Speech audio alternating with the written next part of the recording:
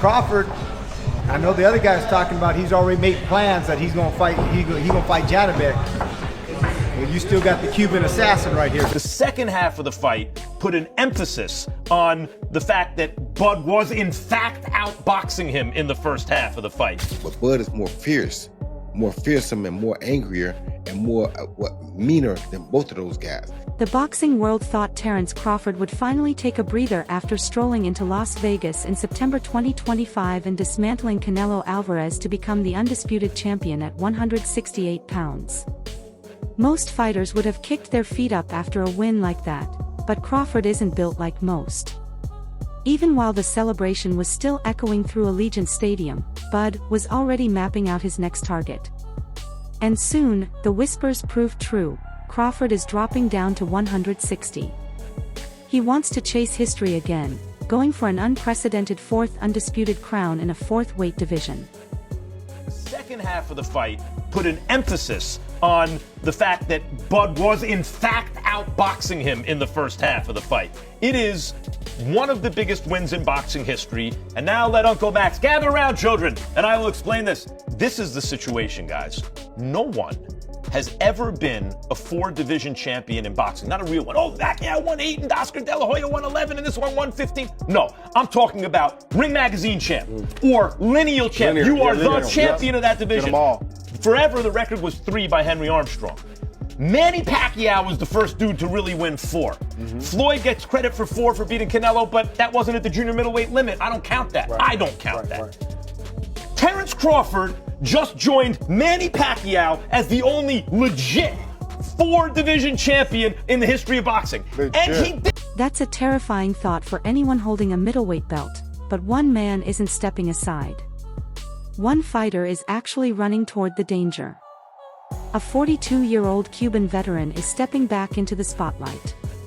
Erislandy Lara doesn't just want the fight, his team is pushing hard behind the scenes to make it a reality. Been with Lara a long time. Long time. He's about to make history. When he unifies those titles, Crawford, I know the other guy's talking about he's already made plans that he's gonna fight Janibek. Well, you still got the Cuban assassin right here, baby. The technician. One of the best to ever do it. Canelo, you know we got. Come on, Canelo, you know. One of the best to ever do it, man. They believe they've spotted something in Crawford that everyone else has overlooked.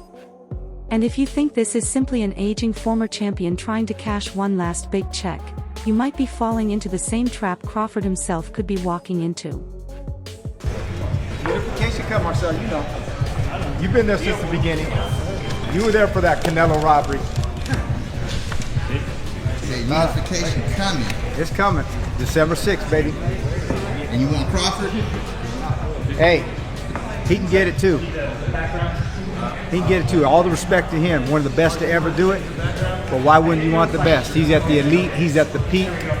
Why wouldn't you want the best? Right? That's what it's all about, going against the best. Cream of the crop. One of the best to ever do it. Don't forget about my man Alex. And Louis D. Louis D. That's a product of Louis D. One of the best managers in boxing, baby. Yeah. Can you get a photo with Lara? Yeah. Erislandy Lara and his trainer, Bob Santos, aren't politely asking for attention, they're issuing warnings. Santos recently put out a bold message aimed straight at the Omaha star. Lara is the most dangerous opponent Crawford will face at 160. Period. I don't know, these guys both come from a big amateur background. You know, Lara is gonna obviously older, so that's why you probably favor Janibek. But Janibek, I don't think is a spring chicken himself, right? So I mean, it's one of those things where there's gonna be, I think, like Champ Chris said, it's not the most exciting fight, but there's a lot of chess here because these guys come from a very high IQ background. Both in their amateur careers and it's spilled over into their pro careers. And there's decent power there as well. You know, Lara is getting some sort of high level knockouts. We've seen Janibek do that here and there. So, you know, that kind of thing is also not out of the question. As Canelo Alvarez has been a great fighter his whole career, people like Erislandy Lara gave you the blueprint on how to beat him. But Bud is more fierce, more fearsome, and more angrier, and more meaner than both of those guys. So you know, if they showed you the blueprint, Bud gonna go out there, take that blueprint, and do even more with it, which is what Bud did. So it was never a question in my mind whether Bud really was going to outbox me. It's just if he could take the punch. And right away he showed, bam, he could take the punch. So I know from that point, if he just slow him down, which he did, he'd be okay. Then late in the fight, what other people still didn't see, late in the fight, Bud started hitting Canelo's body. What makes this matchup fascinating is the strategy behind it. Santos and Lara aren't banking on youth or brute strength. They're relying on elite ring IQ. Their claim is simple: Crawford has never shared the ring with someone who can match his mental sharpness. Lara, the long-reigning WBA champion, has been the measuring stick of the division for more than a decade. He's the guy who makes elite fighters look average. And now his camp is openly questioning Crawford's hunger to test himself. They're asking the uncomfortable question: if you truly want greatness, why wouldn't you fight the best available challenge? You know, you favor Janibek, but if Janibek gives you one of these dud performances, you know, Lara has the craftiness to offset him, you know? So I think it's more important for Janibek to be the guy to really be on, because I think Lara, yeah, he's been inconsistent, but for the most part, you kind of know what you're going to get with Lara. You know, he can offset you, and he will offset you if you don't show up at your best. You favor Janibek because Lara is much older, but I don't know, man. I mean, if Janibek gives us one of those inconsistent performances that we've seen, you know, it's not out of the question that Lara here comes in and beats him. That's it. That's it. Yes! One more, two.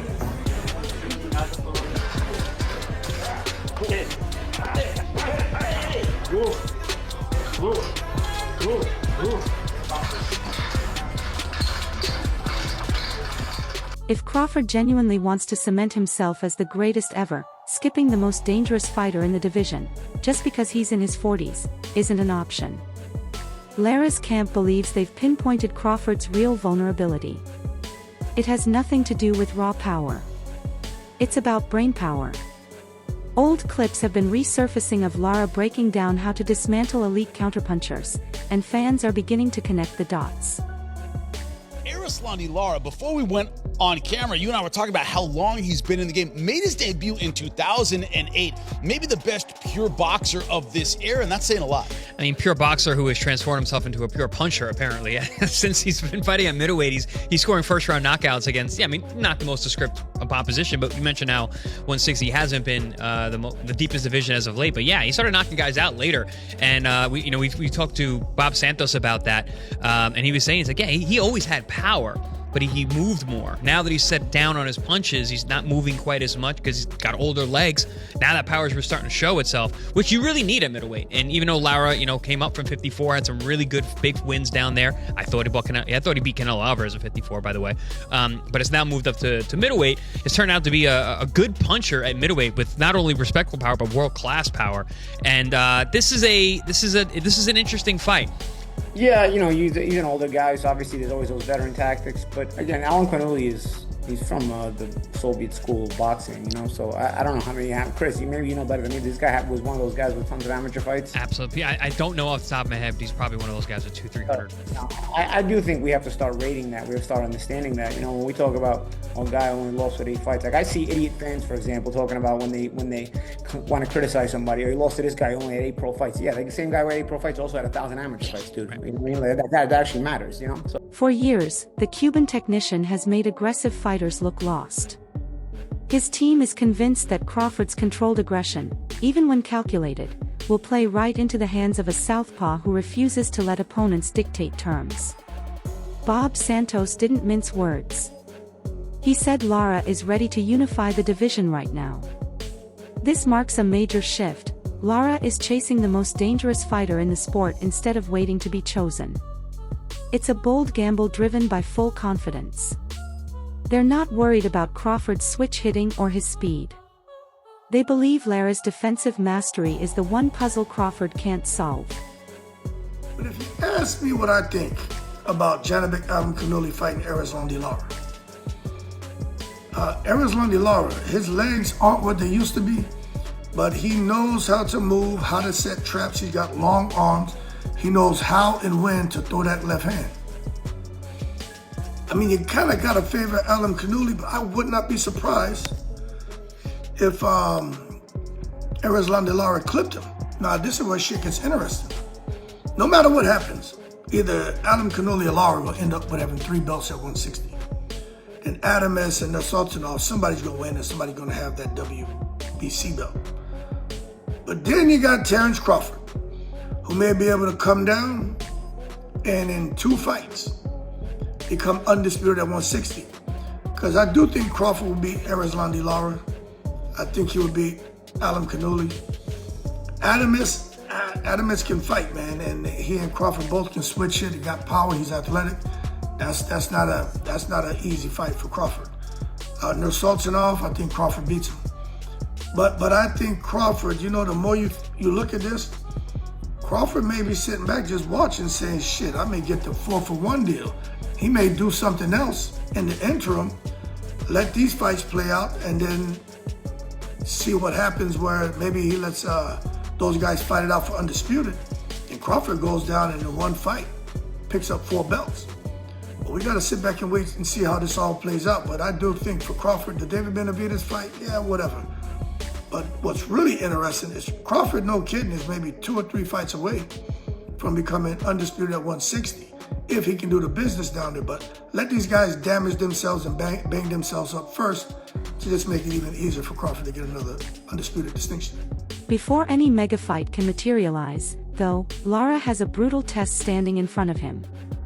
On December 6th, he must get through a unification battle many experts think he'll lose.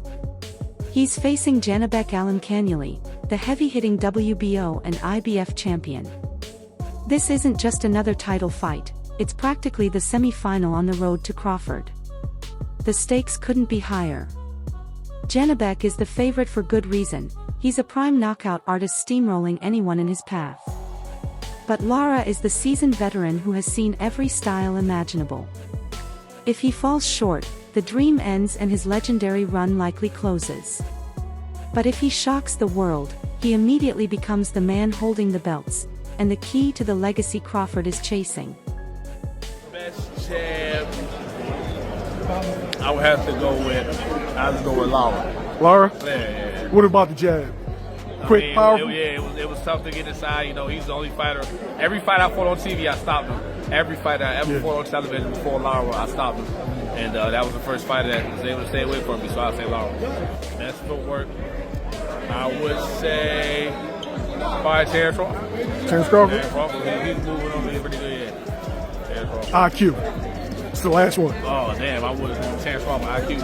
All right, best IQ by Terence Crawford. Terence Crawford. December 6th is far from a routine matchup. It's the fight that will determine who becomes Crawford's next mountain to climb. So is Bud worried? Not one bit. At the recent WBO convention in Colombia, he sat right beside Janibek's manager. Without hesitation, he looked directly into the camera, pointed to his eyes, and said, "I got my eyes on you." It was sharp, confident, and intentional. He didn't pick a side, he simply wished both teams luck, fully aware he plans to take everything from whoever wins. That moment confirmed it. Crawford is locked in on the Lara Janibek winner. He's not interested in tune-ups at 160. He wants the titles immediately. For now, he's letting his body recover from the Canelo War while he waits to see who emerges next.